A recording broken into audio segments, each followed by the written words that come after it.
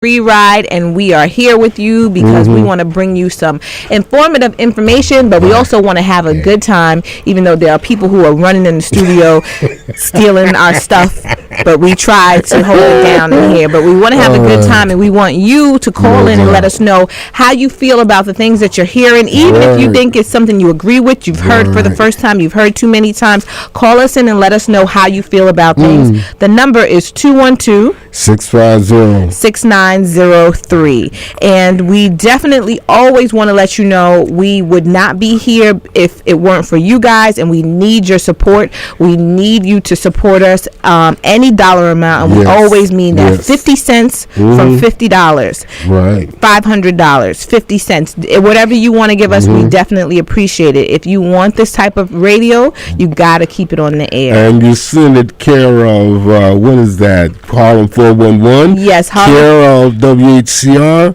160 Compton Avenue. What's the rest of it? NAC Room 1-513, New York, New York 10031. Again, that's WHCR FM Radio, 160 Compton Avenue, NAC, which is NAC Room 1-513, New York, New York 10031. And if you want to do it online, you can also go to www.whcr.org,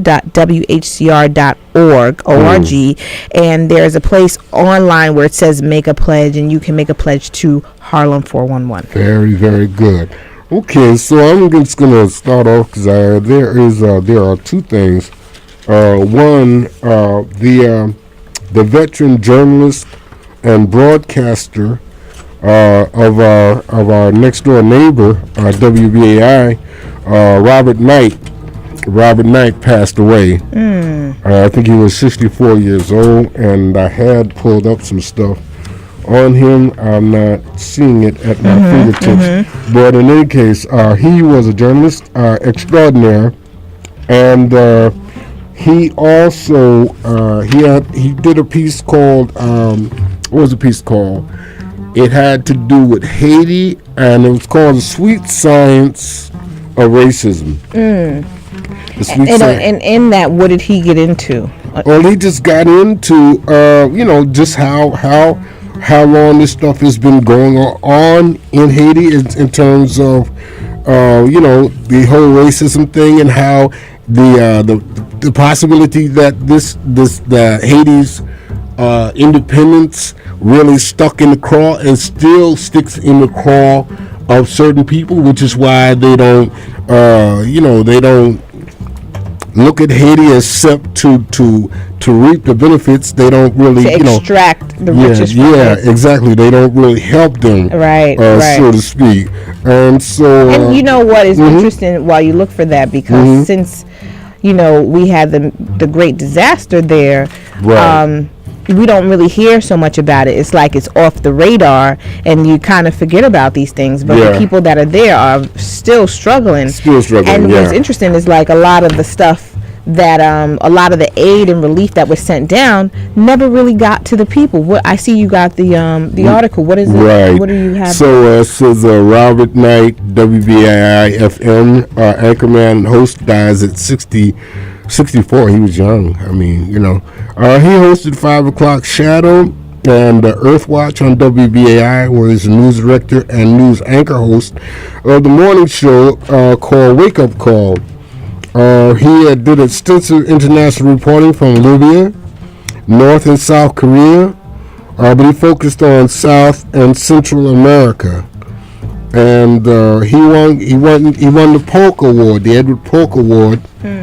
And let's see, I was hoping that the piece, and he did a piece in the 80s about ContraGate, investigating the Iran-Contra controversy. And I was hoping that I would see something here about the sweet science of racism, but I don't. But anyway, in any case, you can Google it, look it up.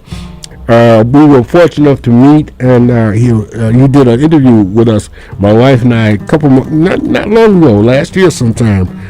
And he was a real gentleman, and a great, and I always listen to him, and a great broadcaster and journalist. So he will be missed. And then another person that passed away recently was Reuben Hurricane Carter. And you're probably too young to know, but did you know the movie that Denzel played in, The Hurricane? Right, yes. Do you remember that? Yes. Yeah, okay. So it was about this brother, Reuben Hurricane Carter. He died at 76 years old. He moved from the United States and lived in Canada, Toronto, Canada. And he was the subject of, he was charged, he and a brother named John Artis were charged with killing, I think it was 3 people at the Lafayette Bar and Grill in Paterson, New Jersey.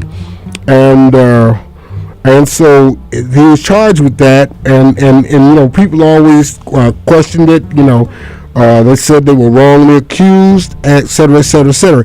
Well, long story short, finally, their case was overturned. Artis was paroled first, and then Reuben, his case was overturned. So both of their cases were overturned. I think it was in '94 or something like that. In any case, so he passed away, and he was a contender. He was a welterweight contender, one of the top welterweight contenders. I had the privilege to meet him on a couple of occasions, and I knew John Artis really well because he was the only young man that my mother would allow me to hang out with. Wow. She said so he was a good boy. You actually knew him on that level. Yeah. She said he was a good boy, and he was a high school athlete. Had got a scholarship, I think, to Colorado State to run track. So he was a football player. Wow. He ran track, and he was a basketball player. Wow. So anyway, Reuben Hurricane Carter has passed. Bob Dylan also did a song about the hurricane. He was called Hurricane because he just devastated folks. He just devastated folks. Haji, that's so interesting that you knew him as a child. And your mother said he was the only person that you could actually hang out with. Right, the John Artis, his co-defendant, So what does that say? Well, what kind of child were you? Well, I can tell all that's the question. I can tell all my business. Listen, but I had a streak. Oh, I think it was more than a streak. But anyway, I won't get into that. Right. Okay. But wow, that's interesting. Okay. So the next thing we got coming up here is some headlines from Democracy Now, and we're just gonna kind of rush through these. Israel suspends peace talks after Palestinian unity deal. Israel has suspended U.S.-backed peace talks with the Palestinians following a unity pact between the Palestinian Authority and Hamas. Israeli officials said they will only resume negotiations if the Palestine Authority abandons the deal with Hamas, which Israel deems a terrorist organization. How can you tell people when they have relative interests that they can't work with each other? The first healing begins in the house. Well, then you would only be doing that if you wouldn't, because you wouldn't want them to see. Yeah. You wouldn't want healing. Exactly. And that would be the whole reason, is because if you wanted real healing, then you would work together. So obviously, some party in this doesn't really want real healing. I don't know. Maybe it's just me. There you go. But good observation, though. So charges have been dismissed against Blackwater Guard and a soldier accused of murdering Iraqi teens. A federal judge has dismissed criminal charges against former Blackwater Guard accused of firing the open shots that triggered a massacre of Iraqis in 2007. At least 14 civilians died in the Nasur Square massacre, including a 9-year-old boy, but the judge dismissed the indictments of Nicholas Sladen after federal appeals court ruled the charges had been filed after the statute of limitations expired. Prosecutors may seek new charges ahead of the June trial of 3 other Blackwater Guards in the case. The decision comes as an Army sergeant faces a possible court-martial for killing 2 unarmed Iraqi boys in 2007. Mm-hmm. At a preliminary hearing this week, military prosecutors and Michael Barbera said Michael Barbera shot the 2 brothers as they herded cattle and they pose no threat. After an earlier investigation in 2009, Barbera received a letter of reprimand prompting accusations of a cover-up. And, and then it just goes on. And on. And let's see. Right-wing backers criticize rancher. You remember the story about the rancher who they were trying to... this rancher in, Nevada, yeah. Right-wing backers criticize rancher Cliven Bundy after racist remarks. A Nevada rancher whose stand against the federal government became a right-wing cause celebrity has been caught on tape making racist comments. Cliven Bundy refused to pay decades' worth of fees for grazing his cattle on federal land and prompting a standoff with federal rangers during which an armed militia of supporters flocked to his aid. In a comment quoted by the New York Times, Bundy discussed what he termed the Negro. And this is quoting Cliven Bundy.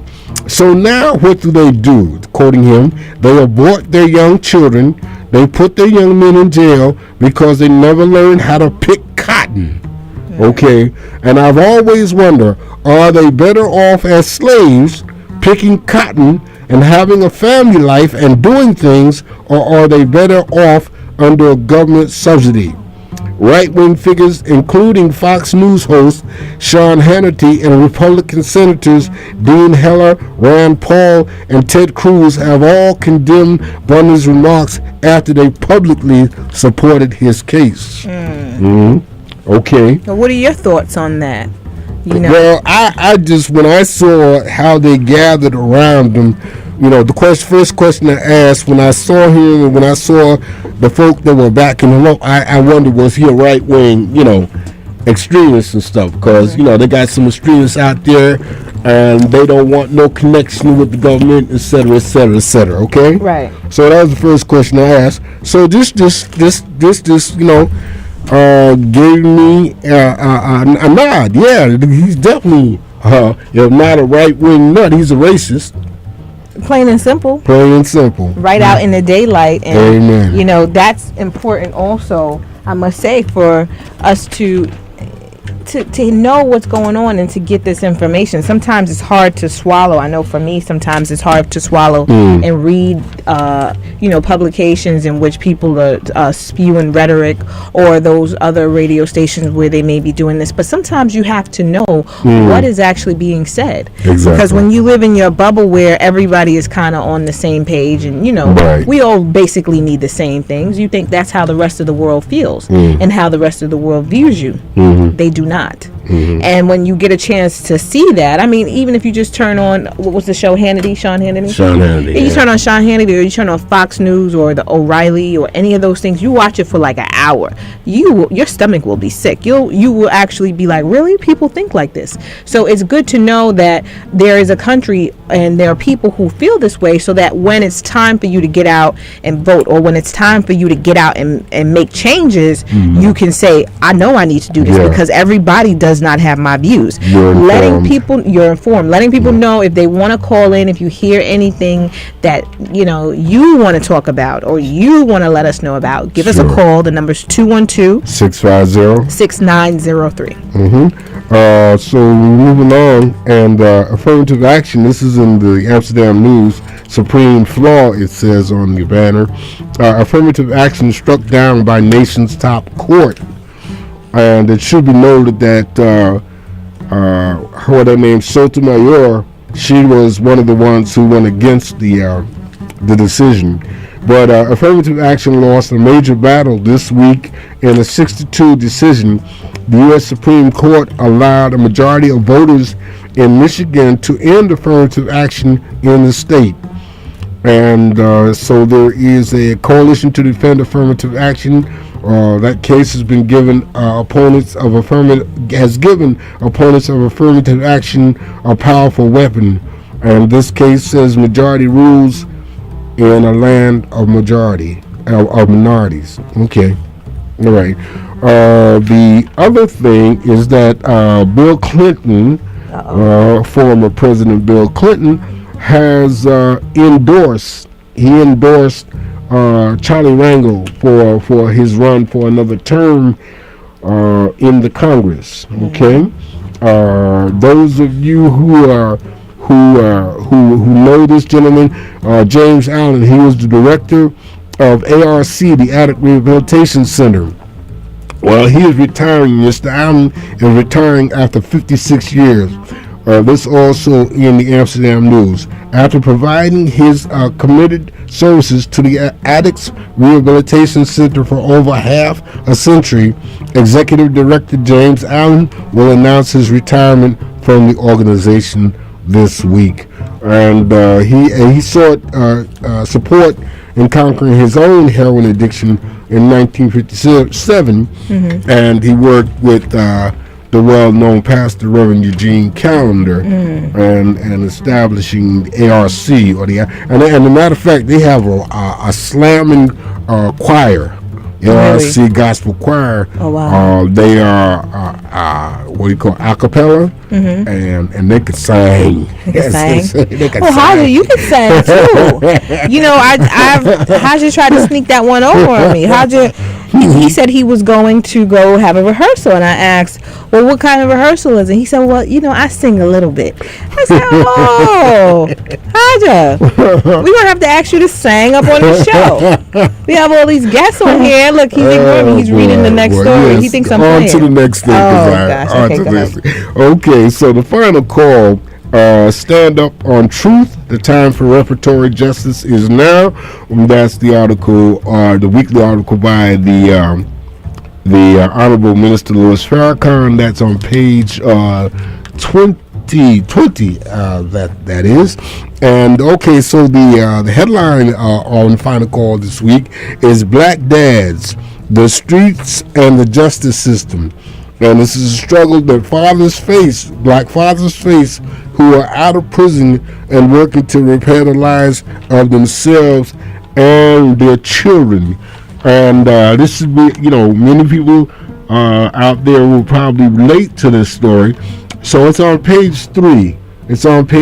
Black fathers and their struggle to reconnect after prison. Daddy's home, but what comes next?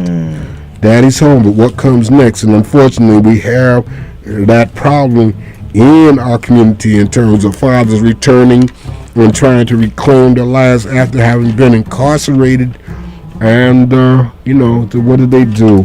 Okay. Now, this is interesting. Just because I saw it on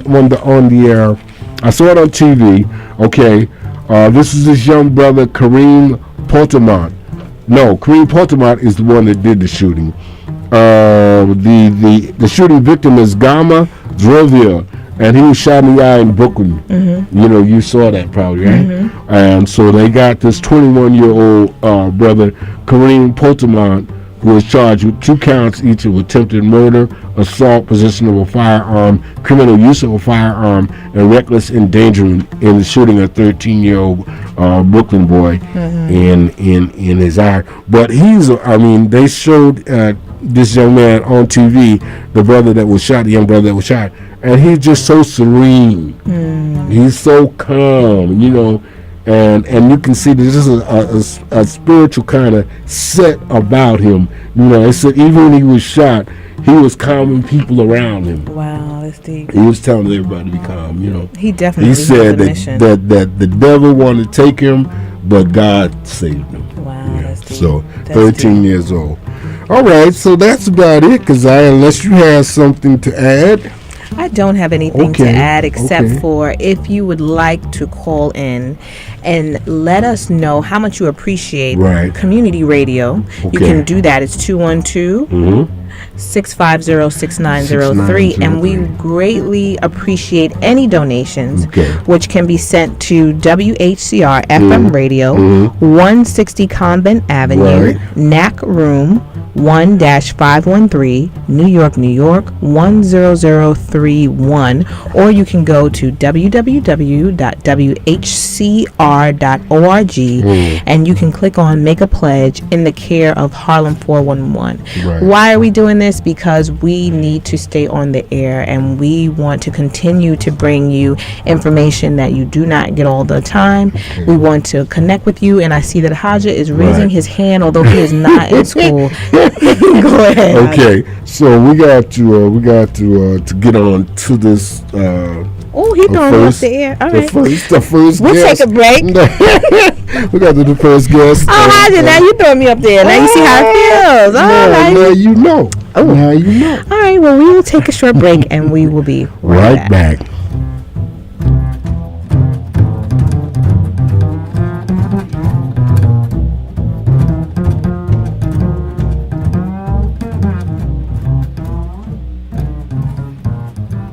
WHCR 90.3 FM, New York.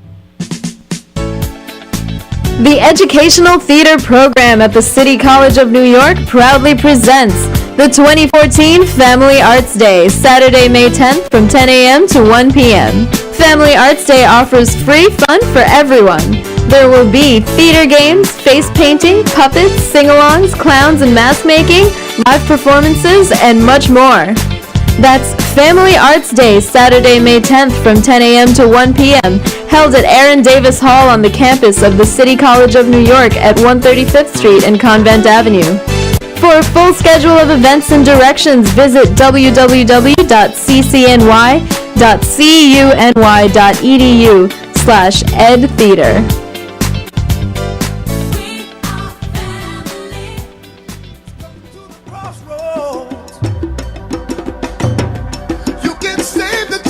I know.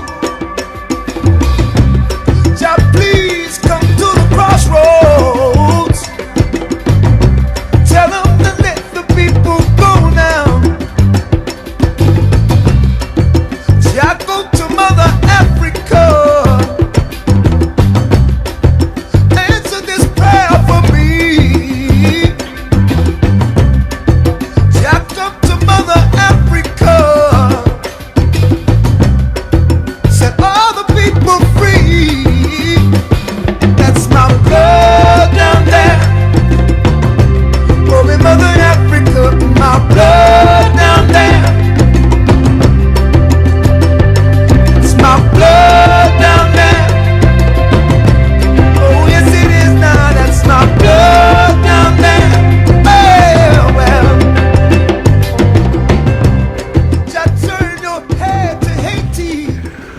All right, we are back with you on this Friday evening, and there's an event coming up that we should know about in the community. It's the New York Mission Society, in partnership with the Greater Harlem Chamber of Commerce, presents the 9th annual Get Connected Uptown Youth Conference, Leadership and Service Fair for ages 13 to 24. Okay, it's taking place today. It started at 3 o'clock and it goes to 9 o'clock. And it'll also be taking place tomorrow from 10 a.m. to 6 p.m. And we have Winston Majette from the Uptown Greater Harlem Chamber of Commerce.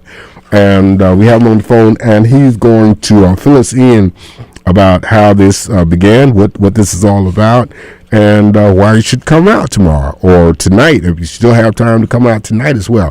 So, Mr. Majelle, are you there? Yes, I am. Okay, so why don't you just go right ahead? And I'm sorry that for making you wait, and that we did not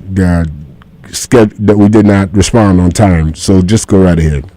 It's quite all right. Your show has always been about giving people information, and keep up the good work. You guys are doing a great job. Thank you so much. Yes, this actually is a partnership between the Greater Harlem Chamber of Commerce and the New York City Mission Society. And it happens to be the 4th Annual National Urban Health Conference that the Greater Harlem Chamber of Commerce sponsors, where our theme is Our Health is Our Wealth. One of our Harlem Week board members, Mr. Courtney Bennett, who serves as Executive Director at Medicine Townhouse, he thought it was a good idea for us to combine what he has traditionally done, which is the Uptown Youth Conference and Expo, get connected with the health conference so it can get more appeal and get more notice. So today, they may be right about at 135th Street and Malcolm X Boulevard, leaving the Schomburg Library for Research in Black Culture, where they had a funeral, if you will, for the N-word. A funeral for the N-word. Yes, that was today's topic, that the young people who attend Menacing Townhouse and live in the community want to address. That's a funeral that I'm happy about. I mean, that's not usual, but I'm happy about a funeral for the N-word. And it's an interesting topic, and we're going to take it into tomorrow for part 2 of Uptown Youth Conference and Expo at Menacing Townhouse. And for those of you who don't know, that's at West 142nd Street and Malcolm X Boulevard. Okay. And one of the key things that is going to happen there is that we're going to have young people from preteen to 24 years old first get into separate groups of male and female so they can talk about their own personal problems and successes that they have as males and as females. Right. And as they get closer into the midday, we're going to open up the expo where we'll have information on health and recreation, summer jobs, opportunities for internship, and learn about different things that young people and young adults want to do to complete their life. I see. I also see there's going to be an Uptown Basketball Classic today. Yeah, that's in about a half hour. Okay, in about a half hour. Okay. Right, that's going to be up in Minnesota in about a half hour. And that's great fun. The weather is finally breaking from winter to spring. Sure. So that'll give the young people an opportunity to do something that a lot of them don't get an opportunity to do within their own schools. Just have some recreation and to grow the way we naturally should grow. Okay.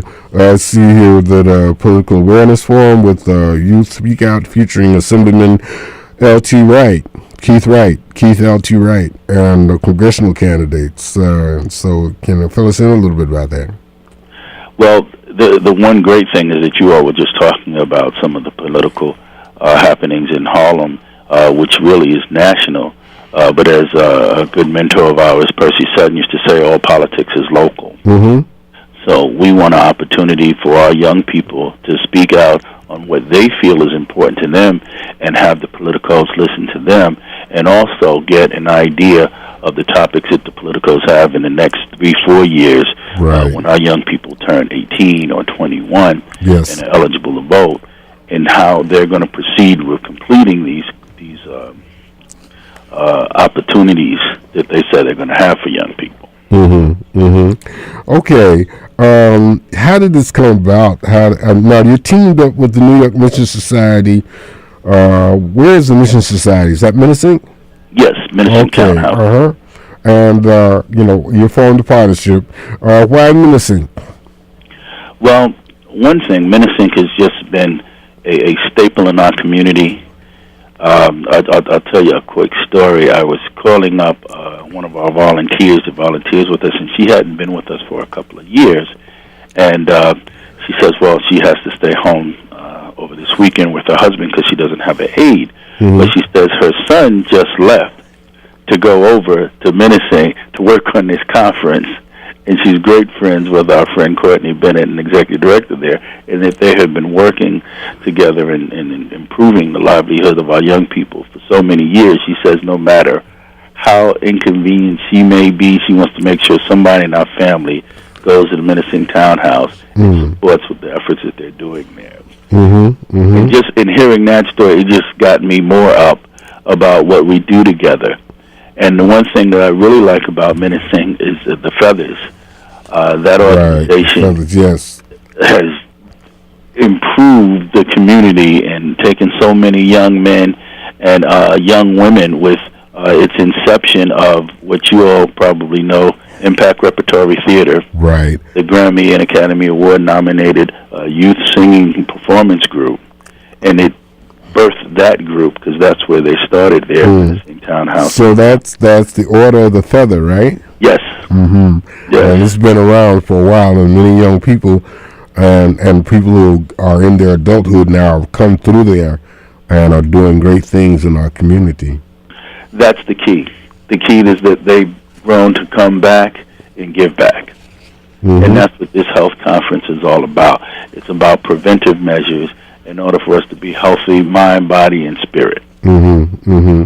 What's the response been like in the past, and what's the response that you've seen so far today? The response today was tremendous. We started off with a conference on building healthy communities at the New York Academy of Medicine. And at that, we talked about planning for the future and healthy aging. And the panel discussions involved community-based interventions and expanding our community involvement. Mm-hmm.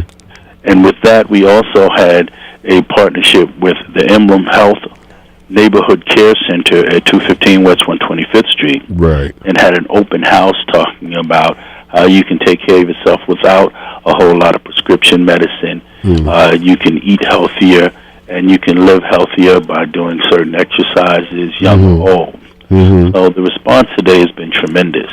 Right. One of the key things where we're going to bring young and old together is at the Chamber Workshop on Adolescent and Family Health. That will take place at 2 o'clock at Menacing Townhouse, where we will bring together the young and old and talk about different issues that affect young people and young adults. Great.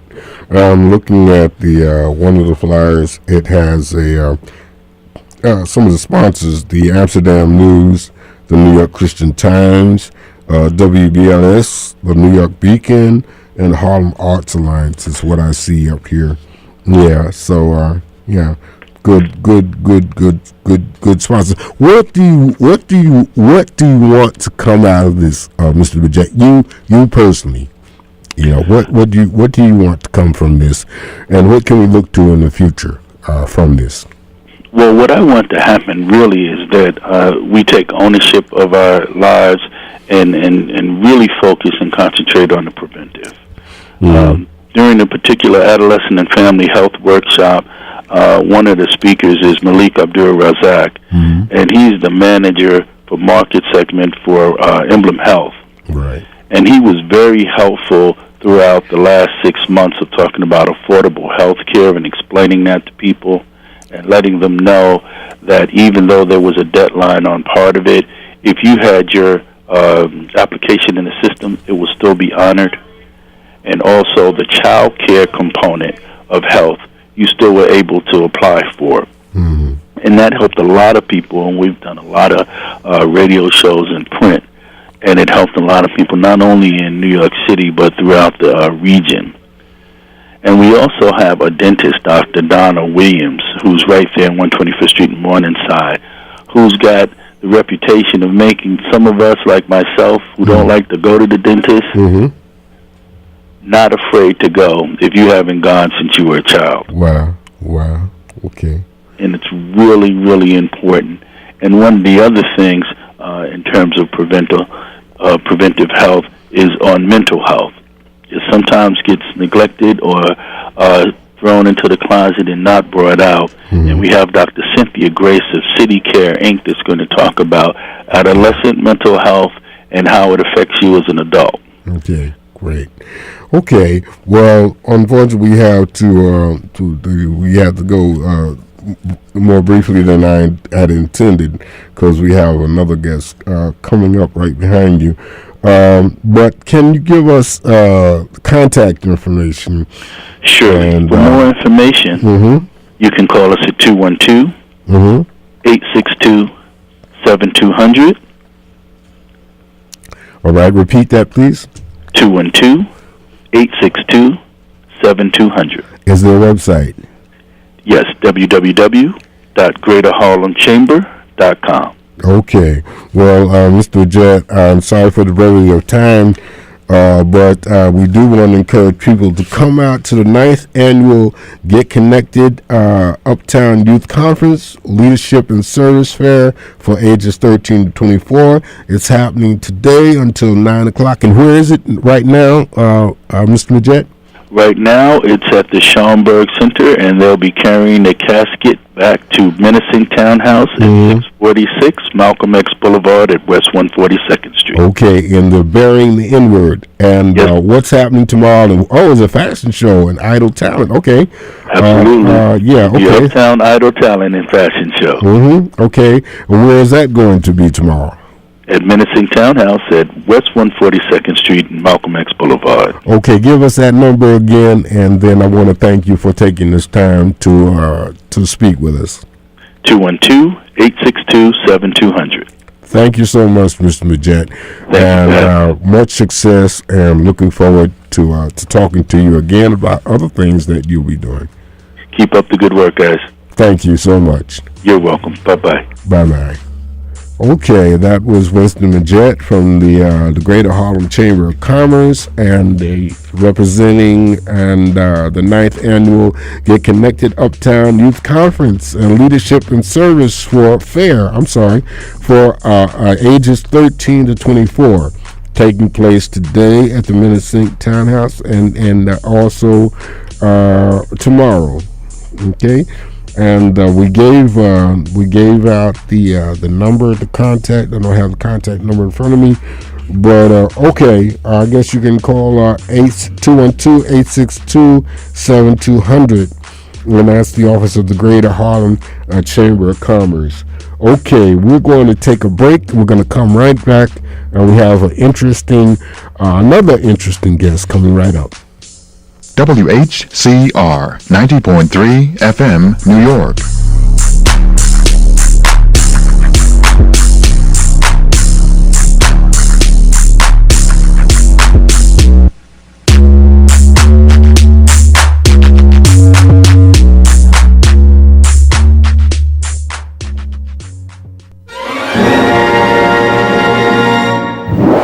WHCR, the Greater Harlem Chamber of Commerce, the New York Academy of Medicine, Emblem Health, Metro Plus, Health First, and City Care invite you and your family to the National Urban Health Conference held April 25th through April 27th.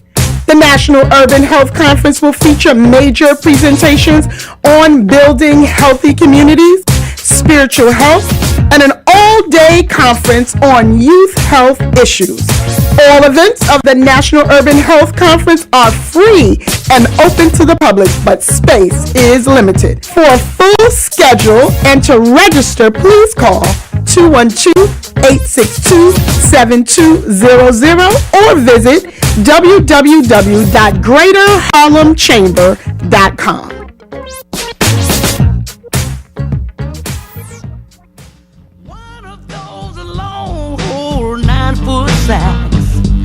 Standing at the old turn road down in Mississippi, down in Mississippi, down in Mississippi, where I was born, down in Mississippi, where I come from.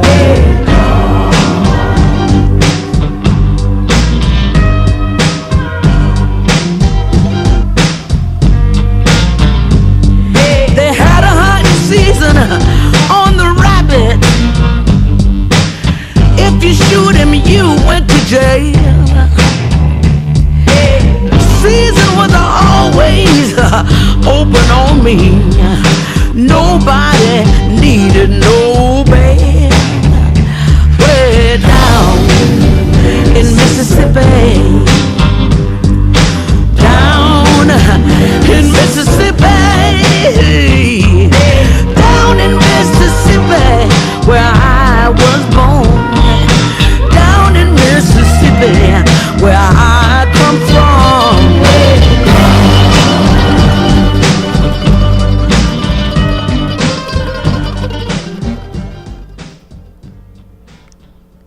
Down in Mississippi. We're going to be speaking with a sister who is down in Mississippi, and after having left New York, and I don't know where she was before that, but I remember her when she was I guess she still is, a folk singer. and performed, at a lot of venues around Harlem. And I think I met her through the National Black United Front. But anyway, her name is Jariba Hill. And she'll tell you about the organization, because I don't want to stumble over it, that she works with down there and in Mississippi. And we'll talk a little bit about Chokwe Lumumba. Sister Jariba, you there? Yes, hello? Hello, I hear you. I hear loud and clear. Yes. Okay, brother. How you doing? I'm doing fine, thank you. All right. Well, first of all, I mentioned that I mentioned your organization. I didn't call it by name, but what is the organization that you work with in Mississippi, and what part of Mississippi are you in?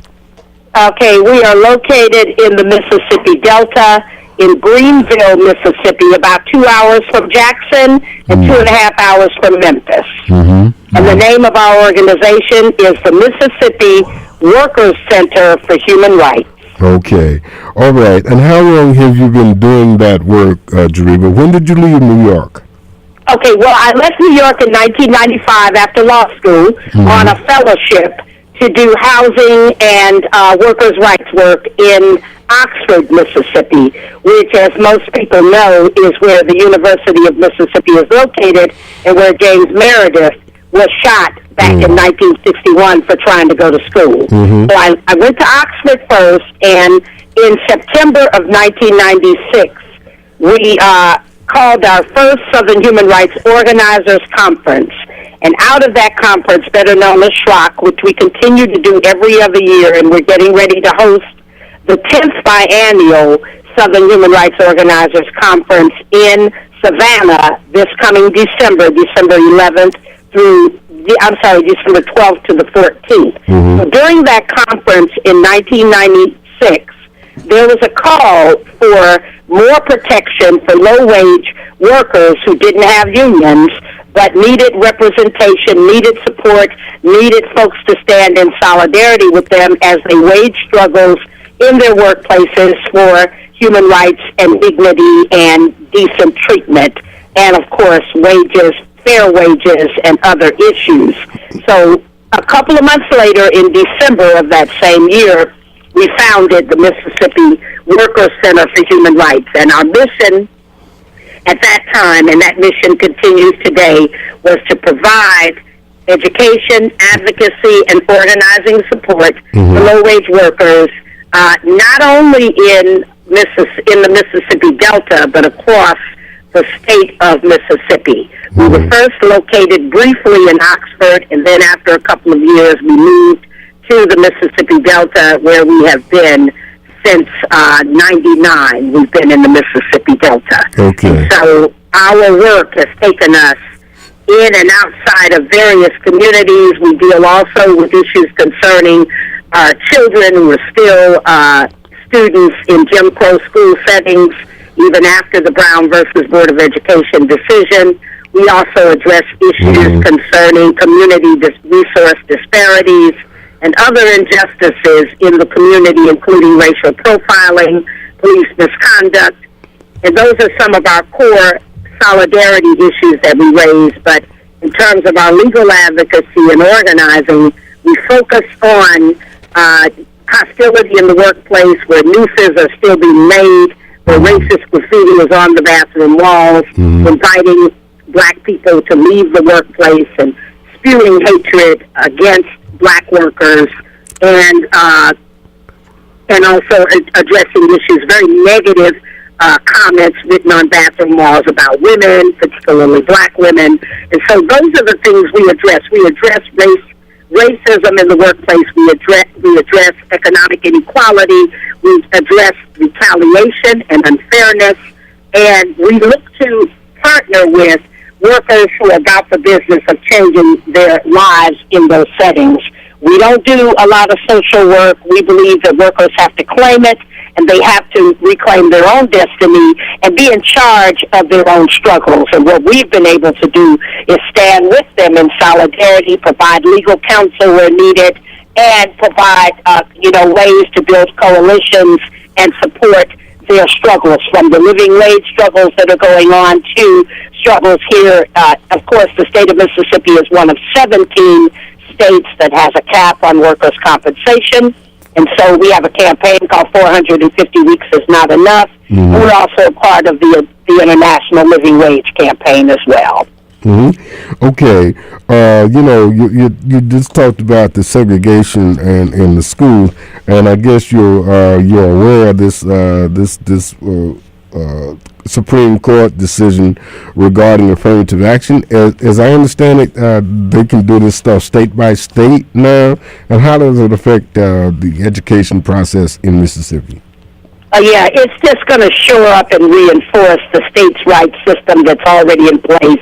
And it's going to call for intense monitoring and scrutiny and vigilance from the community, because we have lived under states' rights rule for decades, and that states' rights rule is visceral, and it is a hateful system, and it's a racist system, and reinforces the status quo of inequality and the status quo of injustice. So what we have to do is we have to be even more vigilant. We're involved right now in a campaign against school segregation here in Greenville, Mississippi, and we're privileged to co-counsel with the Legal Defense Fund, who actually is lead counsel on this particular case, where we are still addressing issues under a 1971 court order, better known to us in legalese as a consent decree. And under that consent decree, this particular school district was supposed to have done certain things to bring its school district into the light of day and to dismantle segregated schemes. And still to this day in the 21st century, we are seeing the same types of episodes of Jim Crow type conditions. We're seeing the same type of preferential treatment for white students, the same disparities in terms of how much money you spend to educate a black child, the same disparities in terms of tracking our children into special education when they don't need it. And so that the children who do need special education cannot be properly placed, because you have young black boys tracked in to get Ritalin, you have young black girls tracked in to get Ritalin, who they consider to be uneducable, they consider them to be incorrigible, and so those labels are put on our children, and even sometimes educators standing in black skin reinforce those stereotypes and continue to perpetuate those myths in terms of what our students are capable of. So we're going to see more of the same, and we're going to see states that have a history of being states where Jim Crow is comfortably resting. Mm-hmm. Those states are going to be even more determined to maintain what is illegal under Brown versus Board of Education. Under the U.S. Supreme Court, it is illegal to maintain a segregated school system, but I want you to know in the 21st century that is exactly what is happening. And most of the schools in the Mississippi Delta, you're going to find that those schools are absolutely segregated by race, and that with the advent of charter schools, there are a number of legislators who have been touting and blowing that horn, saying charter schools are the answer, but these same legislators never lifted a finger to really fully fund education in the state of Mississippi. Mm-hmm. Mm-hmm. So you can't say that something's not working when it's underfunded. You have to fully fund it first, and then you make the evaluation and say it's not working. Yes. But the schools have never had a fighting chance, because educating children in the state of Mississippi and providing health care for children in the state of Mississippi and providing decent housing for children in the state of Mississippi is just simply not a priority. And so all of those things coming together, it's no wonder that most of our young people graduate with if they're lucky to graduate at all, they graduate with a substandard Jim Crow education, and they're not qualified or equipped to go into the 21st century. There are students, we know young people who've never even touched a computer, who've never sat at a computer the whole time they were in school. They don't know anything about this modern technology that is going to rule the world and guide the educational system. They're not a part of it. They are the excluded. And so what we have to continuously fight for is the fact, first we got to acknowledge that they're excluded, and then we got to address it. See, a lot of times the middle class has always been a small class in our race, okay? But it is a class of people who are upward mobile and clamming and sometimes lose sight of the reality of the swelling underclass within our midst. We are looking at people who cannot afford 3 meals a day. We are looking at people who live in conditions that can only be described as conditions found in developing countries and not in a good way, okay? I visited Cuba, and people there are surely poor and struggling, but it's a different type of poverty, okay? It's not a poverty that is a lifestyle. It's not a poverty that resigns you to that for the rest of your life, okay? It might be a poverty because of the blockade, you are not able to, connect with the rest of the world type poverty, isolation because of imperialism type poverty. But the poverty we experience here in the Mississippi Delta is because there are those who have a chokehold on the resources. And you have whole cities and towns who are victims of white flight, where when those towns begin to have black and brown leadership based on the demographics, okay, then you have white flight, where white people run out of those areas so that they do not have to live under the rule of people of color. And for decades, people of color have lived under their rule, but they cannot. Those who are viscerally racist cannot live under the rule of people of color. Mm-hmm. You're going to have those problems as well. But states' rights is nothing new for us. Mm-hmm. That's how it's been since the beginning of these established republics. States' rights has been around a long time. I wanted to ask you just briefly. I saw online this documentary, Spies in Mississippi, and talked a lot about the states' rights things. Is any of that left over from the Sovereignty Commission? Yes. Yeah. Definitely. And that's an interesting film, and it gives you an inside look at a different type of COINTELPRO. Okay, we know about COINTELPRO that was race-based, that killed off all black organizations and a lot of our black leaders. But this is a different type of scrutiny that was also sponsored by the U.S. government, and it was meant to identify those who were willing to, serve as intelligence agents for the cause of states' rights and white rule, okay? And once those records were open, of course, stubbornly open because many people were against the sovereignty files being open. And they were against it because they knew that their names would appear as moles, and as spies for the system. So, yeah, that is a holdover. Of course, it bleeds over into what we have now. There are a number of folks who are still in positions whose names appear. There are former governors and former elected officials whose names appear. So, yeah, that is very much a part of the intense, type of situation that we find ourselves in, and the U.S. Supreme Court is not helpful. The highest court in the land is not helpful in resolving centuries and centuries of discrimination and human rights abuse. They are not. The mindset is not there for it. You can hear it even in especially in the opinions. Sometimes there's some help from the dissent, but very little help. It's not even as much help as we got during the time of Thurgood Marshall and Brennan. Those were folks who were champions, and they could spell out relief for us in ways that we don't get now. There's not a lot going on the court that gives us the relief that we need. Right. And you can see that from the Walmart case, the Dukes versus Walmart case. And we're very close to that case, and we're very close to the lead plaintiff, Betty Dukes, and we've learned a lot about how that case was gutted, and how the Supreme Court kicked them out of court. It would have been the largest plaintiff's lawsuit against Walmart. 1.5 million women suing around the issue of gender discrimination. Got you. There's been a setback, and I know you kind of strapped for time, but there's been a setback in the also in the voting rights piece. The Supreme Court again, interfering with that. How's that? Voter ID. Yeah. Voter ID, which most people who are conscious call the new poll tax. It's right back with us. We got it again.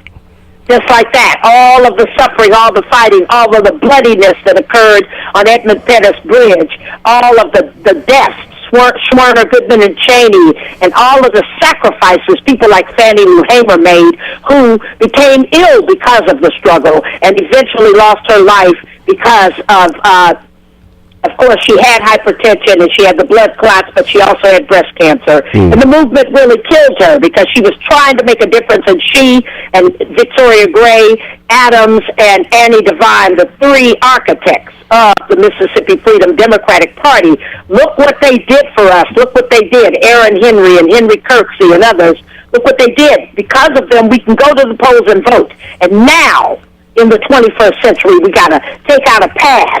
That's what I call it, similar to what our brothers and sisters in South Africa went through in their own country, where they had to show identification like they were crossing the border in their own country. The same is happening with us, with all of us who have to show ID. We don't understand that that is the new poll tax. The people died for us not to have to do that, and people slept on it, and it got by. It got through the system. And then, there started to be a wave of states that were refusing to adhere to any kind of U.S. constitutional laws. And so what happens? Lo and behold, the highest constitutional court, the United States Supreme Court, what do? They sanction voter ID. And so we're pushed back not 10 years, not 5 years, not 15 years. We're pushed back 100 years from those recent developments. We're pushed back 100 years, okay? If folks remember a couple of decades ago when affirmative action was first implemented, back when I was in law school, we studied the Bakke case and other cases, the Fuller Love case, and when we studied those cases, we understood that the reason why affirmative action was put in place at all was because there continued to be glaring inequalities that people of color had suffered through. Okay. Glaring inequities. And so because of that, we had no choice but to put a system in place that would give us some equity where there was none. Can you hold right there, Drew? We got to take a quick station break, and then we'll come back and talk about Chokwe and also Johnny Dupree. WHCR 90.3 FM, New York. Okay, we're right back, and you're out there in the listening audience. We are speaking with Jeruba Hill. She is down in Mississippi, and what is that? The Mississippi Workers Center for Human Rights, is that right? That's correct. Okay, yes, that's okay. And are you the head of are you heading that up, or? Yes, I am. Okay. I'm the founder and director. Okay, the founder and director. Forgive me for my lack of knowledge. but in any case, okay, so we want to move to, in the minutes that we have left, we want to move to one, Chokwe, his passing. His son, Chokwe Anta Lumumba's run for his seat, and also Johnny Dupree. Can wrap those things in there. Okay, so do you want to ask me a question, or how do you want me to? Yeah, well, I just want to, did you work at all with Chokwe, and what was his impact in Jackson? And, his loss, I mean, where do we stand at this point in Mississippi? Okay, well, let me just first say that we suffered a tragic loss when we lost Chokwe Lumumba. He was a freedom fighter and a people's lawyer extraordinaire. There was no one better than Chokwe in terms of standing up fearlessly in Jim Crow courts here in Mississippi and across the streets, including working to free the Scott sisters. And I was privileged to work on the legal team, helping him with that effort. And I've been friends with Chokwe for more than 30 years. We have worked together in New York as activists, and we also, before I became a lawyer, and I was a cultural worker working with serious business. I knew Chokwe then. We were friends then. We were comrades. And so the loss was devastating to me personally and also to our movement. And so that said, in the 8 months that Chokwe was the mayor, he made tremendous progress. He implemented programs that no one else had ever done before. He was able to cut across some of the most visceral racial lines to establish a moment of cooperation and mutual respect that we had never seen. We'd never seen it before. And he was able to start leveling the playing field with respect to those individuals who were seeking to do business in Jackson. He sent a message out to them. You can do business in Jackson. We want your business. We welcome your business. We need your business. But understand this, you're not going to do business the way you used to.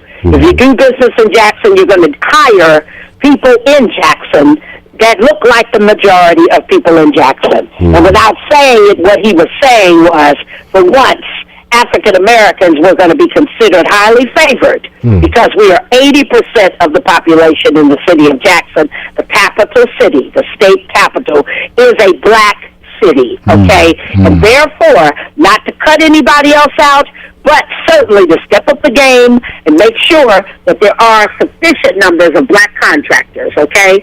So under the previous African-American, the first African-American mayor, as I appreciated, there were less than, there were like 20% of the contractors were minority contractors. And that's unacceptable. That's unacceptable in a city that's 80% African-American and has a growing Latino population. That's unacceptable that most of the contractors are white. So it was a tragedy when Chokwe left us to become an ancestor. It was a tragedy for us down here. Obviously, in the land of the Creator, it's a blessing. But down here for us, it was a tragedy. And I say that because he was moving in a direction where he surely was going to be more than successful. In the 8 months that he had been there, he had already accomplished significant things. And so the logical next step was to elect his son, who has the same mindset, who is also a comrade, who's committed, a committed young brother who's also a lawyer, following in his father's footsteps as a people's lawyer. That was the logical next step, to elect him as the next mayor to succeed his dad. But that wasn't to happen. And what we saw happen was the election of someone who is not as progressive, who is not as forward-thinking, and does not have the mindset in terms of making sure that there is fair representation of all Jackson's people, both in the business sector as well as the way, the quality of life where people live. So this person got the victory because most white people came out and supported him. And see, what we've seen over and over again, because Mississippi, like other southern states, Alabama, Georgia, South Carolina, North Carolina, Florida, we see the same thing, the cultural segregation, right? We see it where whites might think you're a good candidate, but if they don't have a dog in the hunt, they're not coming out. So if black people are running against each other, they typically don't care about that, and they're not coming out, right? But in this race, they came out and they voted for Yarber. Okay. And with their votes, them going over to Yarber's side, then that knocked Chokwe back, and Chokwe Antar lost by approximately 3,000 votes. Okay. Will he run again? And then I want to ask you about Mayor Johnny Dupree. Okay, I have not talked with Antar yet about his future plans. My personal hope is that he will run again, but I have no official word on whether or not he's going down that path. But I would hope that he does that. But again, that's something, and it would be wonderful if you had a chance to, on one of the other shows, interview him, and he could give you, exactly, maybe not exactly, but perhaps what his thoughts are right now, about that. That's a great idea. He ran a valiant campaign. He did an awesome job. I believe the final count was 44% for him and 56% for Yarborough, who had been on city council, and Antar, who basically was a newcomer to electoral politics, but was much more savvy and came across in a much more impressive way during the debates, had much more momentum with his campaign, but for some reason, that turned during the runoff. He was winning in the general election, and in the runoff, he lost by 3,000 votes. So we believe that's because of the strong white support that Yarborough got. Okay. And that's going to tell us something about how he's going to be running the city. Right. We will be in touch with you to follow up on Chokwe's son. Oh, great. I hope you will be. Contact. Great. We'll be in touch with you. Wonderful. Now, the final thing, Hattiesburg Mayor Johnny Dupree, right? He is, it says Johnny Dupree becomes first black major party candidate for Mississippi governor since Reconstruction. Can you give us a little insight on that? Okay, now, what people have to understand is that Johnny Dupree was running as a Democrat. And in the state of Mississippi, the majority of folks, black and white, vote Democrat. The smaller numbers of people vote Republican. And so what happened in that case, all black people voted for Johnny Dupree to usher in a new day. White folks either voted with the Republicans to vote in Phil Bryant, or they stayed at home and didn't vote at all. And so we've seen that type of problematic voting where white Democrats act like Dixiecrats and don't vote the right way, don't vote the interest of their party and the interest of their people. And that is what, in my opinion, that's what happened with Johnny Dupree. Mm-hmm. Okay. Because Johnny Dupree is not a scary person. You know, like he's not what, you know, at first white folks thought Chokwe was so scary he couldn't be worked with. Johnny Dupree has never been perceived as being scary. He's black, and that was enough for them to put in someone who had not had the experience. Johnny Dupree has run one of the major cities in Mississippi, Hattiesburg, okay? He is a politico, all right? Phil Bryant was somebody who came up through the ranks as a staffer, okay? And he got the governorship over Johnny Dupree, who was absolutely more qualified. Okay. And we maintain that the reason for that is what we see all the time when there are these races where you got black and white. Democrats go ahead and vote with the whites, even though they might be Republicans. They turn from their status, you know, as true Democrats, and they vote Republican. And we've seen that happen over and over again in the state. Okay, well, we're winding down. Any last comment you have, Jariba? And that folks need to think about the fact that there's a large concentration of African American people in these southern states. Mississippi, in particular, is one of the states where there are so many just really dark age type human rights abuses of people still in the 21st century. You can see a noose being made in the workplace. You can see Klan recruitment. You can see racist graffiti like "Till all ends, crime will drop 98%. If you are interested in supporting these struggles, please get in touch with us, and we'll tell you how you can help. And may I leave a phone number for folks? Of course. Just in case. Okay, 662-334-1122, 662-334-1122, and we also have email rights, RIGHTS, @bellsouth.net. We hope that you'll get in contact with us so we can tell you how you can make a difference in this part of the world. All right. Well, we want to thank you for your time and your insight, and take the very best of care. And you do the same, brother. Yes, and I look to hear from you again soon. No doubt about it. And we'll have more information for you as the months come up about the Southern Human Rights Organizers Conference that's going to be in Savannah, December 12th to the 14th. All right, we'll be on it. Thank you so much. All right, you take care. All right, bye now. Bye-bye. There we just finished our conversation with Drew Hill, director of the Mississippi Workers Center for Human Rights down in Mississippi. And, wow, you got to have heart to be doing the work that she does in Mississippi. But as you could hear, she seems to be she is a fiery sister. So, she knows what she's doing. Okay, we're going to let that go for now, and we're going to move on. And Keziah has some information. So, Keziah, you got information for us? You hear that? What does that say? that says I have information, but I'm not ready to give it up. So we gonna take a break. We'll take a break, and she's on me, y'all. She's beat me up.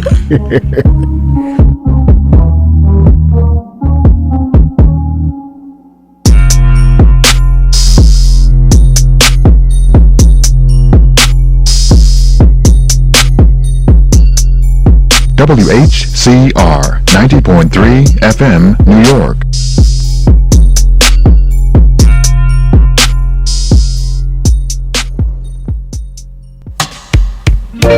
Hi, this is Maurice Watts, better known as The Voice, and your radio host of The Love Zone, reminding you that this Friday night, I need you to stop on by my place, The Love Zone, from 8 p.m. until the stroke of midnight, where you will hear some of the best R&B love songs of today and yesteryear.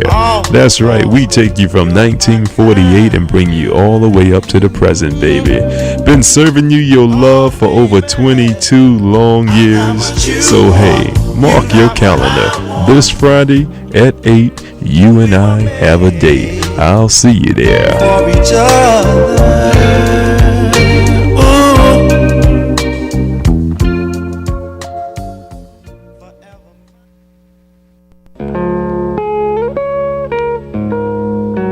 It's the 7th annual Harlem celebration of World Tai Chi and Qigong Day, Saturday, April 26th, beginning at 10 a.m. Celebrate with your friends, family, and 70 countries from around the world. At 10 a.m. in each time zone, millions will celebrate world peace and health. World Tai Chi and Qigong Day will feature key energy, acupuncture, Reiki, and energy facilitation sessions with Master Tony Rogers, Reiki Master Glenda Pollard, and more. Also, Qigong, Tai Chi, and natural movement sessions with Grandmaster Roosevelt Gainey, Grandmaster Abdul Musawer, and Dr. Robert Woodbine. There will also be the first annual Standing Still contest with cash prizes and so much more. The 7th annual Harlem celebration of World Tai Chi and Qigong Day will take place in 2 locations in Harlem. At Marcus Garvey Park, located at Madison Avenue and 124th Street, and St. Nicholas Park, located at 135th Street and St. Nicholas Avenue. That's the 7th annual Harlem celebration of World Tai Chi and Qigong Day, Saturday, April 26th at 10 a.m.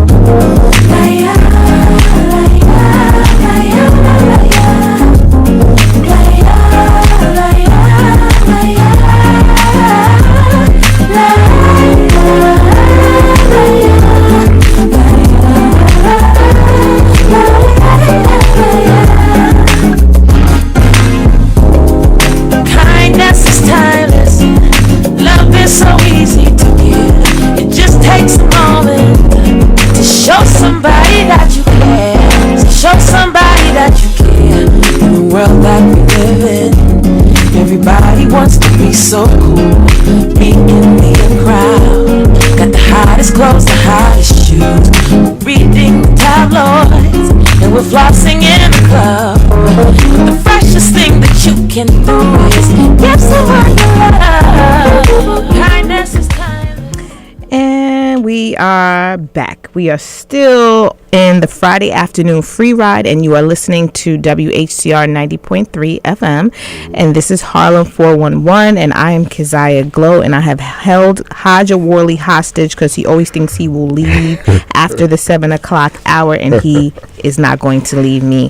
So we are hanging out here in the studio, and we were listening to India Irie. We were talking about giving love. That was the name of the song, and my guest has an awesome company that he's a part of. His partner was actually here before. His name was Omar Mualimak. and he was here. He was talking about solitary confinement. I don't know if you had a chance to hear that interview. It was really great. And they are here again because they have this awesome company that they've created, which if you go online, you can see it. It says sendapackage.com. And basically, the family of people who are incarcerated can send them, things that they need while they're incarcerated. And oftentimes they send things and then they find out they can't really send certain things to them and they waste a lot of money. So they created this system where you can actually go click on certain things and it gets sent right to them.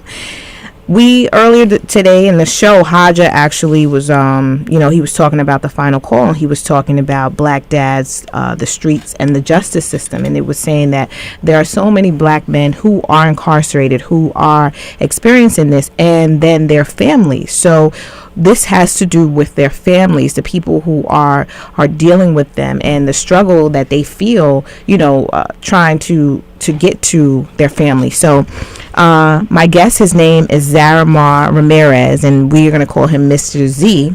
How are you? I'm fine. Thank you so much for hanging out with us today. No problem. Anytime. Definitely. So you told us a little bit about the company that you guys have created, and I know you told me the reason why you created it, but you can go ahead and tell us that. Let our listening audience know why you guys created this company, and who is it supposed to help? Right. So sendapackage.com was created to facilitate the lives of any and everyone who has someone incarcerated in New York State. So we facilitate their lives by shipping food, clothes, cosmetics, sneakers, boots, any toiletries that the inmate might need that are within the stern New York State Department of Correctional directives. We're the one-stop shop, so we make it very easy for a mother, a young youth to go online and just buy the things that their fathers or their mothers might need while going through the trying times of being incarcerated. And you also informed me that your organization, you guys partner with a lot of nonprofits.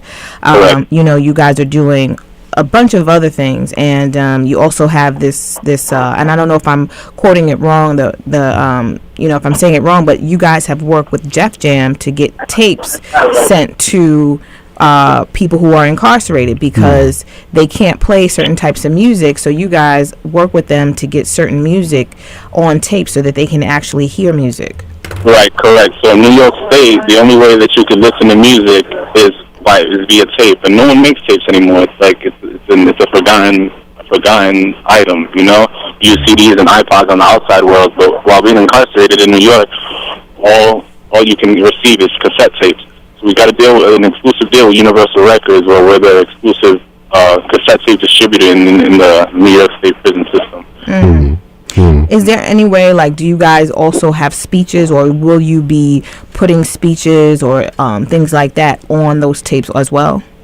Right. So right now we're just doing music, like hip-hop music, but we plan on doing books on tapes and everything, and expanding the catalog to as many educational features that we can for the brothers and sisters who are incarcerated. Wow, that's awesome. So we partner with Russell Simmons' nonprofit, In Arms Reach, so we give back to Harlem children with parents behind bars, mentoring programs, tutorial programs, writing programs, music programs, just to try to educate the youth and try to, stop the prison, the school-to-prison pipeline. We want youth to succeed. We want youth to do very well instead of following the tracks of the incarcerated loved ones. Unfortunately, that's the path that they take sometimes. Right, and that's really deep that you guys are working with In Arms Reach. What are some of the things that they do? Because I know you said they deal with writing, they deal with mentoring, they deal with arts. What are some things that you see that happen, or some things that blossom out of that relationship? Right, so we actually have a street team. I'm one of the directors of the street team for Send the Package, and we actually have some of the youth from In Arms Reach come out and reach out to some of the people that are waiting by the buses and everything, go out and tell their stories and just motivate people through their storyline, what they've been through while having an incarcerated family member. I've seen some of the youth from the programs become very talented songwriters, go to college, go off and win, and gain scholarships and stuff like that, scholarship programs through In Arms Reach, succeeding, passing grades, having the mentors and the backing from older men in certain situations that come from the same demographics, and just do the positive thing, Yeah. In-Arms Reach has an office at the City College in Manhattan that, kids come in and get mentoring programs and they're writing programs, and if they have any issues or anything like that, they're assigned a certain mentor in the program, and, the mentor helps them get through their trying times while having an incarcerated family. Lacking someone in the household is a big deterrent for these children. One more thing, there were two things. You said they have a program at City College. Correct. We're located on the campus of City College. Is that where you are referring to? Right. So downstairs, Terrence Stevens is actually the founder. He's a paraplegic that was formerly incarcerated, and their offices are based out of the City College. Well, we got to look him up because that's right As a here. matter of fact, I've been trying to get in touch with In-Arms Reach. Oh, really? To have them on the program. Well, you know what? Now you got a contact right here. See, everybody is. Definitely. I know Terrence is a very busy man, so anything and any and every person that needs their help, that needs our help, feel free to email me directly, Mr. Z@sendapackage.com. Okay, repeat that, brother. Mr. Z@sendapackage.com.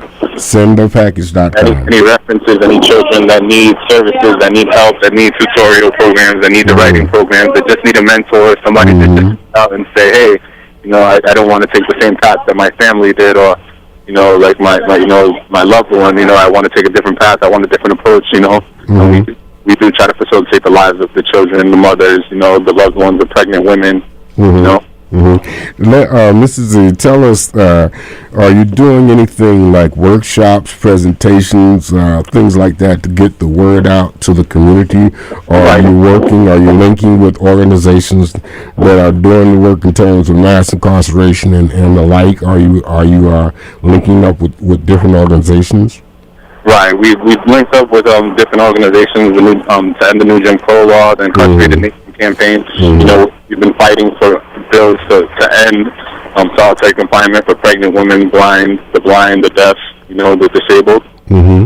It's actually a bill just passed, so we definitely contributed a huge part of our services to trying to get these legislatives passed. Right. And towards ending this mass incarceration crisis that's going on in the United States. And we plan on going national with the company. Philadelphia being our next state, because it's a problem that's not only in New York State, but it's nationwide. Sure. There is something. There's a program that also deals with elders who are aging. Aging in the prison. The whole idea of folks who are incarcerated who are aging. That whole piece. Are you dealing with any of that? Excuse me, I wasn't very clear with you. Right. Well, what I'm saying is there's something called RAP. I forget what it stands for, but there's a brother who he deals with the elders who are in the prison, in the prison system, and many who are dying in there. And what he's saying is, when they get to a certain age or whatever, let them go. You dealing with any of that? Not currently, but we welcome any and everyone that's within the fight of mass incarceration with open arms. That's in the package and the Incarcerated Nation campaign.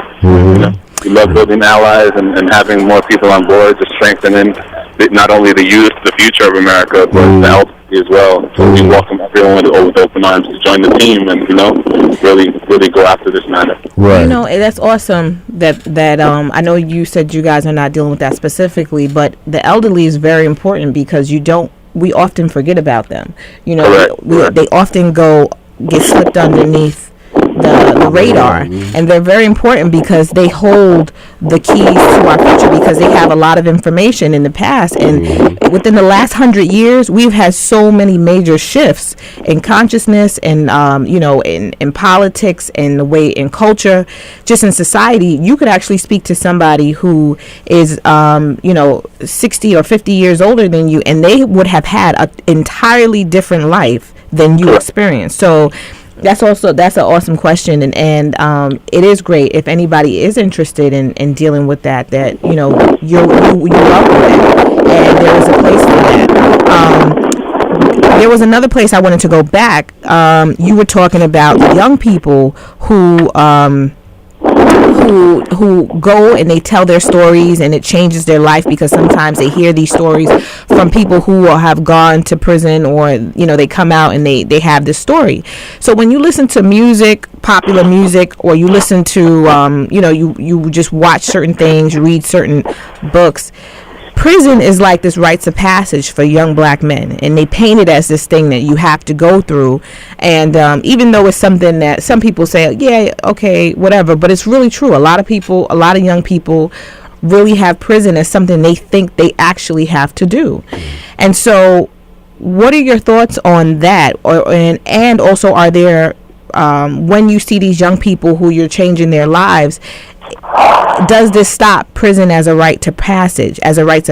Like when you mentor, when you have this conversation, have you seen a change in people where they no longer believe that they have to go to prison, that is their only option? Correct. Yeah. So we host 4 fundraisers. The founder of the company has, he's like I said, he open armly takes all of this into consideration while hosting these programs. So we actually have artists come in and explain to the children the miscommunication that they might be having in the music, and letting them know that the prison life isn't what is being depicted in the music as well. So the artists come in that have formerly been incarcerated. We have artists like Prodigy from Mobb Deep, Uncle Murda, Jadakiss come in and speak to the youth and explain the miscommunication, and to stop the school to prison pipeline. That whole cycle that children are coming from a certain demographic, from a tough environment, and they're ending up incarcerated because no one's giving them music programs are gone, so no one's really explaining to these children that what they're rapping about in this music is their stories, not go out and do it, go out and kill someone, go out and shoot someone, And so go ahead. I think it definitely has made a huge impact. We always hear feedback from the families and the youth, like, hey, that was pretty cool. You just had someone that I look up to, someone that I listen to their music, tell me that, there's a better way to go about things, follow the arts and do the right thing, get good grades, go to college, Let me meet with my mentor, let me just let me get my work done, and let me go down the right path and become a success. That's really important because we really want to connect with the youth, and that's something that Haja and we talk about a lot on this show. And Haja actually deals with something called the Circle of Brothers, and they're always talking about how they can pull in young men. So it's always great to link up with groups who are doing this, and you guys have found a positive way. You found something that actually works, and realistically, getting artists, to say, hey, I don't agree with that is really important, because at the end of the day, that's who they really are emulating. That's who they look up to. Those are their mentors, even though they've never met some of them. But it's a subliminal thing, but it's constantly pushed on the radios and in their schools, in the school systems. These are their idols. They watch TV, they watch these things, and we try to make sure that they separate the artist from real life. Real life, you have to you get up in the morning, you go to class, you go to school, you have a schedule. It's not get up and trap all day. That's a story that people tell through their hardships. Right. Or what? It's also, how can I find a job? Because like you said, get up and trap all day. Well, this is the same person who thinks that they can get out and sell drugs. This person is actually an entrepreneur. Because we also work with this nonprofit called the 5 Ventures. So what they do is they transform a hustler's hustle into a positive hustle. These are older people that have been incarcerated before for drugs. Big-time drug dealers that had operations of running 10 or 12 people beneath them, that they put them through an MBA-style program. And they give them seed money to actually go out and become a successful entrepreneur, because they do have the skills, the basic street skills, to move forward and actually run a corporation, but they just apply it to the wrong thing. And that's interesting, because these are not lazy people. These are people who are getting up every day. Work ethic, they can do it all, but they're not on the block instead of the boardroom. We told them that the boardroom has the same type of same type of outcome, you know. Right. Mr. Z, I'm just about a month ago, I went to an event that some brothers who were incarcerated. This brother Mark McPhee, he put on this event, and there was one brother there. I don't remember his name, but he had been in the Bloods, okay, and he'd always been into fitness, right? So he said he went and he went to some gyms and stuff, right? And I think he went to Planet Fitness or one of the well-known gyms and stuff. And he just told him he wanted to get in the fitness program. So they told him, well, first of all, you got to know how to sell this stuff and stuff.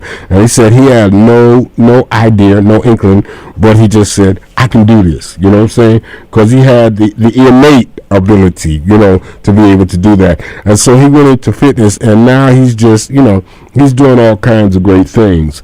But he took that initiative that he had, because he was in the leadership in the Bloods, and he took that and turned it around, and now he's really doing well in the fitness area. Some of the most beautiful minds, unfortunately, are incarcerated, and these are people with super, super brilliant minds, if they just get stuck in a certain situation, certain demographic where it's like their backs against the wall, they lack opportunity, so at senderpackage.com, we just try to open up arms to people that feel like they don't have an opportunity. We link you with different organizations, if you need a mentor or tutor, we have organizations that help you with that. We hire like ex-felons as well, from the ground level, we help them make resume builders and reentry programs. These are all things that we try to facilitate to people that are affected by mass incarceration. Well, you talk about hiring ex-felons, and it's just interesting because I think you said you guys deal with ending the new Jim Crow, and it's really deep because once you go through that process, it's so hard for you to get a job. It's almost impossible. Not only to get a job, but to get any government funding, subsidized housing. Some people come out and they're homeless. They have nothing. Right. We've had people apply for jobs with brilliant minds, brilliant backgrounds and stuff, and unfortunately, a weak felony or anything like that, a nonviolent offense that they committed 10, 15 years ago, is holding them from providing for their family. But then the government won't give them, the financial assistance that they need to survive. So then you're stuck going back to the hood and doing the wrong things, selling drugs or something, and ended up back in prison. And it's like a huge cycle. And that's how the only way to end the cycle is to try to put positive things, positive things, and trying to grow up positive outcomes from a negative situation. This is very true. We actually need groups such as your own to combat all of the negativity that we we're faced with. I just want to let everybody know you're listening to WHCR 90.3 FM, New York. And we are speaking to Mr. Z Zaramar Ramirez from Send a Package, and you can find them at sendapackage.com. And basically what they do is they uplift the community. They deal with people who have been incarcerated, the families of people who have been incarcerated, and they help them send packages, food, clothing, all different types of things to people who have been incarcerated. And not only do they do that, but they work with non-profits to mentor young people who have not gone into prison or people who are actually coming out. We were talking about hiring ex-offenders. Quick question, do you know about this? Have they cut back on education in the prison system, or is it still, can you still get your GED or your bachelor or your master's? Can you do any of that in prison still? There's still certain facilities that do offer these programs, but they have been cut out. Like the music programs have been cut out on the outside for the kids, for the children, for the youth, Like, without that miscommunication being explained to the youth, how do you expect them to act, If you're overwhelmed every day by a certain type of music and no one's telling you, hey, this is a story being told to you, this is, Right. You mean like the music that they hear on the radio? Correct. Right. This is not true. This is this is like a movie that you're watching on TV. Yeah, I mean, there's this one song, and it's crazy because this is your genre. On this show, we always talk to people who who do the research and they master specific areas. So somebody might be an astrologist, somebody might deal with the youth. You are dealing with incarceration, but we had someone who informed us that a lot of the beats that we hear, they place all of these horrible lyrics over it, but the beat really has to do with the drum, and so the beat is hypnotizing. So when you hear some of these beats, you can't help but dance because they sound so good. But then layered over it are the lyrics that are just like it's insane. It's basically telling you to sell certain things, and this is where we go and this is what we do. And it's interesting because before in the 80s and early 90s, I mean, even previously, they would play certain music at night, like they wouldn't play the really bad, music at 3 o'clock in the afternoon because they knew that was when kids got out of school, children were out of school. But now when you turn on the music at 3 o'clock, 4 o'clock, 5 o'clock in the afternoon, you hear the worst songs, the worst lyrics ever. And it's just like, this is really interesting because this is the targeted audience at this time. Or you have certain artists who their target audience, like a Nicki Minaj, are people who are from 12 to 21. Right. So, but it's not to take away from the artist either. It's more on the educational side, where we try to actually like explain to the children that it's an art. You have to take it as an art, not as a, it's not someone telling you what to go do. You know what I mean? This is how this artist expresses themselves, Yeah, I mean, I agree with you to some degree, but I think artists have to be held accountable for the information that they put out because, you're getting paid to do that. And if if you get $1 million contract, sometimes you have to say, no, I won't do that because, you know who your genre is. And I think along with what Keziah is saying, I think when you're dealing with a 11, 12, 13-year-old, the concept of art, trying to tell them this is art, not reality, kind of, it's going to take some effort. You know what I'm saying? I mean, they're not going to readily receive that. Right. You understand? Because they haven't matured to that place yet.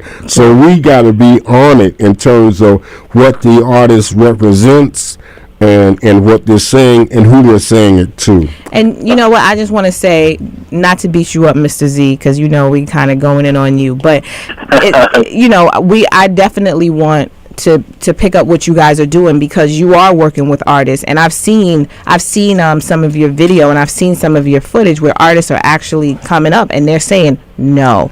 And I think I want to commend you, and I think it's awesome that you are doing that work and you are dealing with artists who are coming up and saying we stand behind X, Y, and Z. Stepping up to the plate, X, Y, and Z, do the right thing. Yeah. The mentors, we know you're lacking a parent in your household, but use your mentors to do better for yourself and better for your community, Yeah, definitely. Right.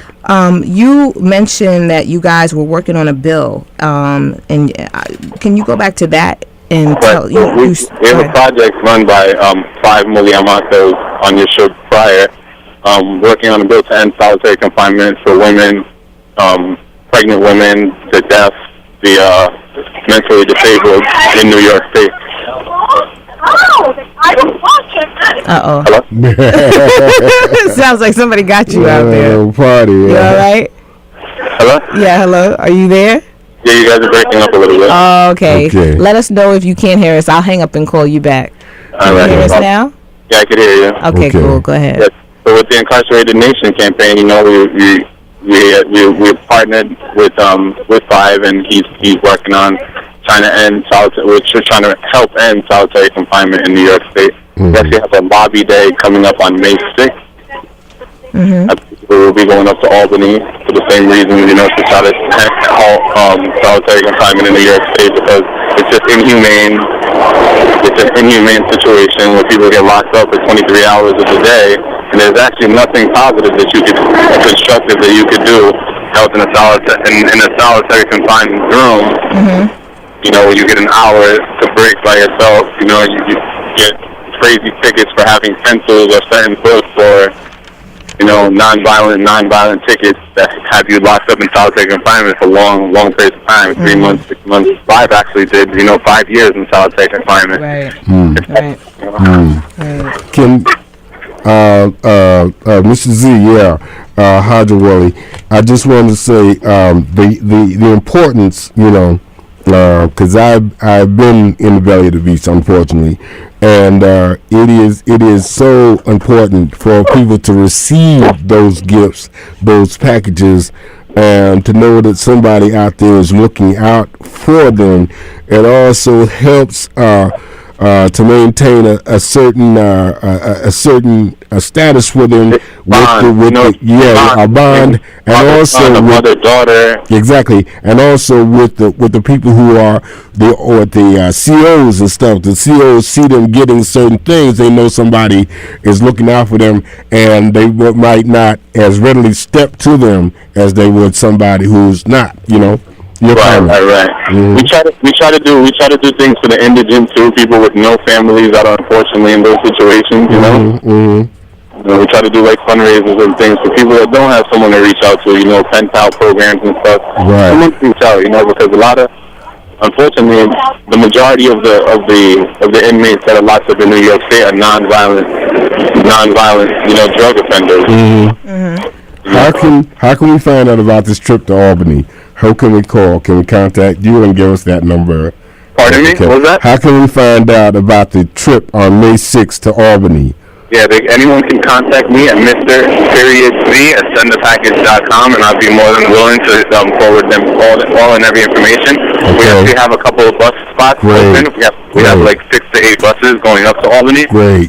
If anyone wants to come, they are free buses. If they want to RSVP and come up to the lobby day to fight the halt against solitary confinement, everyone is welcome. They just have to email me or contact me. Sounds great. Definitely come on board. Thank you. You're very welcome. Okay, how long have you been doing this? How long have you been doing this program, this project? Oh, so this Send the Package has been open for 3 years now. 3 years in New York State, and we plan on expanding to across the United States. One state at a time. Right. What's the response been like from the community? Are folks getting on board with the Send the Package piece? Correct. Are they? Yeah. So everyone's we're open arms. Like you said, we've had 4. We do for the last 3 years. We've done 4 charity events. Had over 400 people show up. Okay. The event. We have the artists. We had a Thanksgiving event, a Valentine's event, Christmas event for the children that like their dad. We give them gifts and we speak to them, and we try to bring them up during these trying times. We try to be that crutch that they don't have. Right. And everyone's been very supportive, and we've grown a lot within the last 3 years. And I just feel like we're on the right path. The stronger we grow and the more people that we get involved, the more our voices are heard. I feel like the more progress that we definitely will. Sure. Do you send educational materials as well? Right, correct. So any educational material that they need, feel free to contact me at MrZ@sendthepackage.com or call the office at 212-PACKAGE, 212-722-5243. Anyone needs to send packages. Give me that number again, please. 212-PACKAGE, 212-722-5243. Thank you. That's awesome. And, were you going to say something else? Yeah, we're there from 9 a.m. to 7 p.m. from Monday to Friday. If not, you can reach me at any time via email. All right. Well, we definitely want to thank you for stopping in and commend you on doing the excellent work. And thank you for having us. Yes, and you guys are definitely a friend of our show. And as you work on more things, your date on May 6th, we want to hear how it goes. We want to hear how we can actually support you guys, because this work is very important. We didn't even get a chance to touch on solitary confinement and people with mental illness, but I guess we can touch on that on the next time you guys come on to the show. We'll definitely keep in touch, and thank you for having us. Thank you for supporting us, and we just love having more positive people, positive behaviors on board. All right. Take the best of care. Yeah. All right. Thank you very much. All right. Peace. Peace. Okay. So, we just wanted to thank you guys for listening so much. And we got some callers that were calling in, and they said that it was very important that for our seniors that not everybody uses the internet. So sometimes it's harder for if they want to donate and they don't want to go to they can't go to harlem411.com because they may not have a computer, or they just may not use the computer, because I get that. So if you ever want to you want to donate, you can mail it in. You can go to you can mail it to WHCR FM Radio, 160 Convent Avenue, NAC Room 1-513, New York, New York 10031. Or if you don't even want to do that and you need to call somebody and you're like, you know what, somebody needs to come and pick it up, Haja and I, if you're in Harlem, Haja and I, we can make it our business to pick up donations. True that. True that. Listen, we serious, and Maurice is clapping because it's true. So you can give us a call, 347-323-0618. Again, that's 347-323-0618, and you can just leave a message letting us know, that that's something that you're interested in doing. And indicate on your email or whatever, on the letter, on the snail mail, indicate what show that you're sending, like Harlem 411 in care of WCR FM and that. Snail mail is regular mail. Yeah. You have some events coming up, don't you? Yes, I do, and Oh, you trying to play me, Haja? I was not forgetting. You always be trying to throw me. We have 5 minutes, and I was setting up because I'm doing the technical stuff, okay? You're doing the hard stuff. The hard stuff. You see, Haja was trying to throw me under the bus. That's why I throw him under the bus every single opportunity that I have. I will throw you under the bus back up until the point where it goes, toot, toot, toot. We wanted to let you know, because we were talking about youth, we were talking about all these great things about the Youth Expo and Youth Resources Expo, Saturday, April 26th, which is tomorrow, and it's from 10 a.m. to 2 p.m. and we just wanted to let you know that it will be here on the campus of City College, which is located at 160 Convent Avenue, and that's at 138th Street and Convent Avenue, and it's in the NAC, which is the NAC Ballroom. So this is really important because it is for the youth. This is a great thing for academics or education, resources. This is things that we need. So we urge you to come out and be a part of this. Our youth are very important, and we were kind of just leading into this entire show. We don't want to ever forget about our seniors, but we got to remember our youth too. So it's like a balancing scale. Both parts of that are very, very, very important. We never want to just forget about that. Haja, was there something that you were getting ready to say? Am I cutting you off? No, like I normally do. You've been very kind. I try to be. Well, and basically, if you know any teenagers or anyone who needs a job or internship or other services, that's what this is about. And this time of year they're coming to where they want to get jobs, summer jobs, they want to get internships, they want to get things like that. Even if it's not your child and it's someone or a family member that you may know about, then we definitely tell you, come get that information. 10 to 2 here at the NAC building. Also, we wanted to tell you about the Health Expo, and Sister Nafisa, she'll be on the show at another time, but she will definitely be speaking there. She is a health guru, and it's going to be at Taino Towers, which is 240 East 123rd Street, from 12 p.m. to 7 p.m. And it's a free expo, I believe. We like that. We love that. That's our favorite word. So we want to encourage you to get out and do some of these things that are good for you, good for the family. That's what we want to do. We want to bring you that information, and again, we need your support. So if you want to support us and you don't have a computer, and we are not knocking you for that, because guess what, I never check my email. No, I'm only playing. Let me not say that. Haja be sending me emails and I don't check his emails. That's right. That's how you do. That's how I do. No, you know, but sometimes you're just too busy, so I understand. You now get to a computer. You can call us 347-323-0618 if you need to. If you'd like to send us something, we are so grateful. We, you know, from the bottom of our hearts, and we really mean it. 50 cents support to us. $5,000 because you can't get this. I mean, I'm listening to the radio.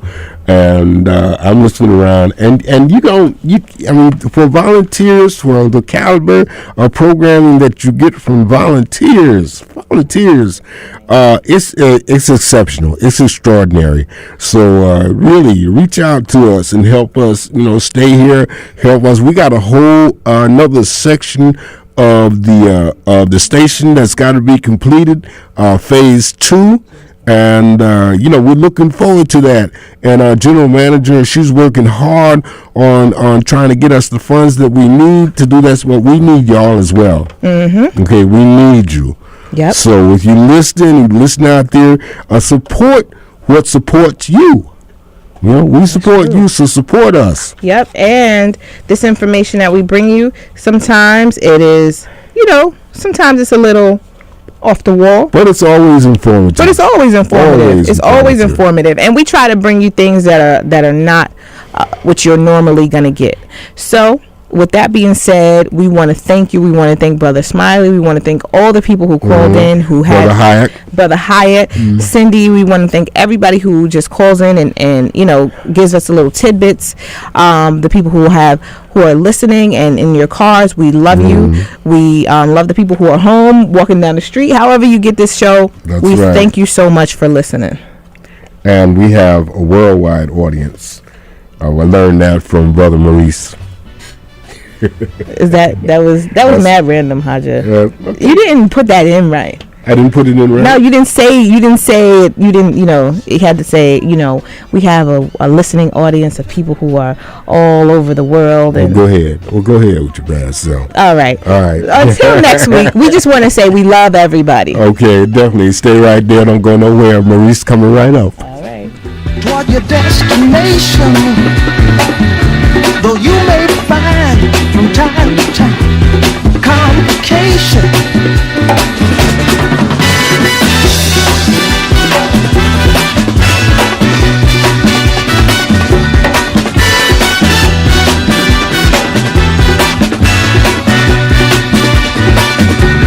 Bite your lip and take the trip. Though there may be wet road ahead and you cannot slip, just move on up, for peace to find into the steeple. WHCR